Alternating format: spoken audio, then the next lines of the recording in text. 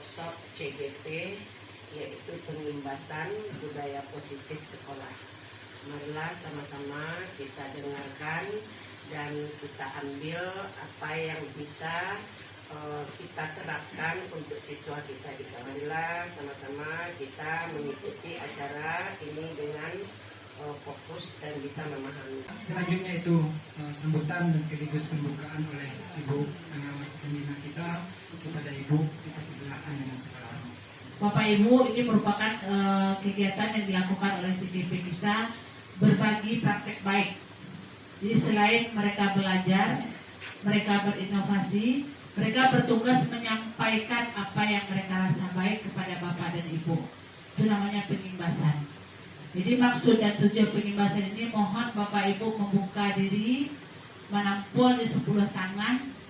Apa yang menurut Bapak Ibu baik, silakan diambil. Boleh memberi masukan, boleh memberi inovasi lagi, silakan.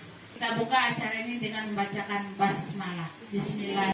Panjang-panjang, pendek-pendek, panjang-panjang, pendek, panjang-panjang, panjang. Perwujudan dari nilai-nilai atau keyakinan universal yang kita terapkan di sekolah.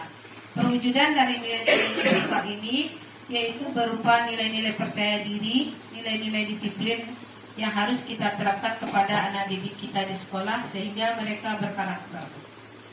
Budaya positif ini yang pertama yaitu disiplin positif. Disiplin positif di sini yaitu merupakan pendekatan untuk mendidik anak melakukan teknik hukuman. Nah, itu bagian yang pertama. Yang kedua, apa-apa saja nilai kebajikan universal yang harus kita terapkan di sekolah kita. Yang pertama yaitu nilai keadilan. Kita harus bersikap adil kepada anak kita. Jangan memandang mereka itu kaya atau miskin, pintar atau bodoh. Kita harus adil kepada mereka. Kemudian yang kedua, tanggung jawab. Kita harus memberikan tanggung jawab kepada mereka. Inilah yang penting sekali dimiliki oleh anak didik kita. Dalam segi apapun, itulah modal utama untuk mereka tumbuh kembang sampai dewasa nanti. Nilai kejujuranlah ini yang dibawa mereka. Yang berikutnya, nilai rasa bersyukur. Bersyukur dengan apa yang dimilikinya, dengan apa yang diperolehnya baik di sekolah maupun di lingkungan keluarganya. Itu yang harus kita terapkan ke diri anak kita. Kemudian sikap lurus hati. Lurus hati di sini maksudnya hampir juga dekat dengan kata kemarin ada beberapa bentuk penghargaan. Nanti kita lihat apakah cocok penghargaan yang kita berikan kepada anak kita berupa reward yang kemarin. Nah ini ada 3 motivasi perilaku manusia. Yang pertama, motivasi itu dilakukan untuk menghindari ketidaknyamanan atau hukuman. Yang kedua, motivasi untuk mendapatkan imbalan atau penghargaan dari orang lain. Nah, dia melakukan sesuatu, kalau saya berbuat ini kepada ibu, pasti saya diberi imbalan. Nah, ini. Di sini orang berperilaku satu tingkat di atas motivasi pertama. Dia akan bertanya. Yang ketiga, nah ini motivasi untuk menjadi orang yang mereka inginkan dan menghargai diri sendiri dengan nilai-nilai yang mereka percayai. Ini perbedaan antara hukuman dan penghargaan. Kami sediakan sebuah kasus. Silakan Bapak Ibu baca. Nanti kami lemparkan pertanyaan. Saya akan coba menjawab pertanyaan nomor 1. Kalau dilihat dari keterangan tadi bahwa Iva mendapat hukuman karena dia tergagap tidak dapat menjawab pertanyaan Bapak Seno.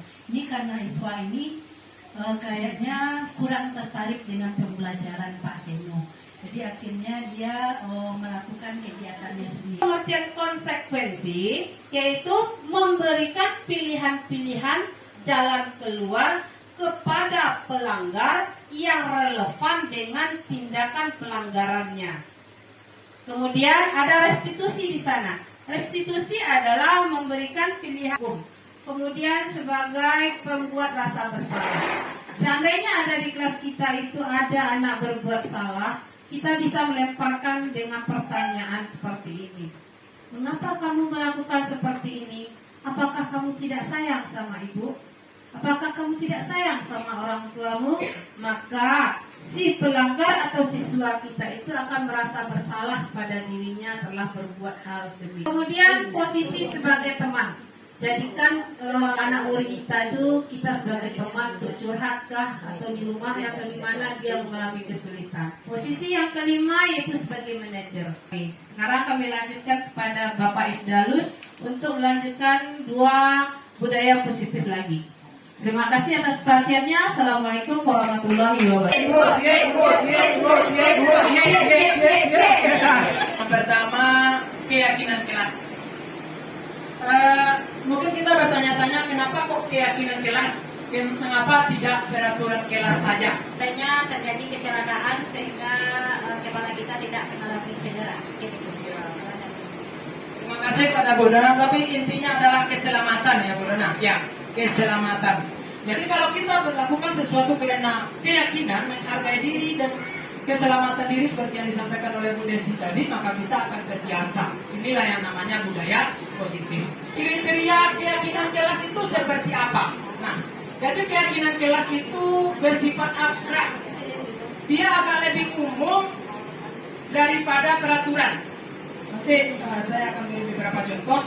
Lalu keyakinan kelas itu berupa pernyataan-pernyataan yang universal atau berlaku umum. Keyakinan kelas senantiasa dibuat dalam bentuk positif. Keyakinan kelas itu tidak boleh terlalu banyak. Ada beberapa prosedur yang perlu kita lalui. Yang pertama, kita mempersilakan semua murid atau warga kelas atau sekolah itu berpartisipasi atau dalam namanya curah pendapat. Kelas 5 juga ada contohnya, selalu bersikap positif. Intinya restitusi ini bertujuan untuk menyelesaikan masalah, tetapi murid itu tidak merasa dikucilkan. Mereka bisa kembali ke kelompoknya tanpa beban lagi. Jadi ciri-ciri restitusi itu ada setidaknya ada 10. Untuk restitusi itu bukan untuk menebus kesalahan. Gini dia menemui teori pilihan. Gitu. Dia berkata restitusinya ada 3. Yang pertama, menstabilkan identitas. Itu tahapan yang pertama. Ada berupa pertanyaan yang malu. Dan penguat, setiap orang pasti pernah melakukan kesalahan. Kamu bukan satu-satunya yang pernah melakukan kesalahan. Nah, penyebabnya tadi. Lalu yang kedua, menanyakan keyakinan kelas. Itu udah berbuat salah tadi. Kadang menangis dipanggil gitu. Awalnya tidak menangkan dia dulu. Nah, kita dukung, seakan-akan kita sedang berada di posisi dia. Kira-kira kayak gitulah menstabilkan identitas itu gitu. Jadi kita mengaku bagaimana Bapak Ibu tergantung seni Bapak Ibu masing-masing. Kira-kira mulai dari sekarang kamu bisa mempraktekkan keyakinan kelas lebih baik lagi. Bisa. Orang tua pasti kasih orang tua. Tapi tidak ada di aturan kelas dulu atau di aturan sekolah. Makanya keyakinan kelas itu perlu karena akan menjadi kunci pertanyaan kita nanti apa keyakinan kelas. Kamu mau cita-cita jadi apa? Atau apa rencanamu nanti setelah dewasa? Kami ucapkan terima kasih sudah bersedia Bapak dan Ibu meluangkan waktunya untuk kami. Pertama Ibu Kepala sudah memfasilitasi.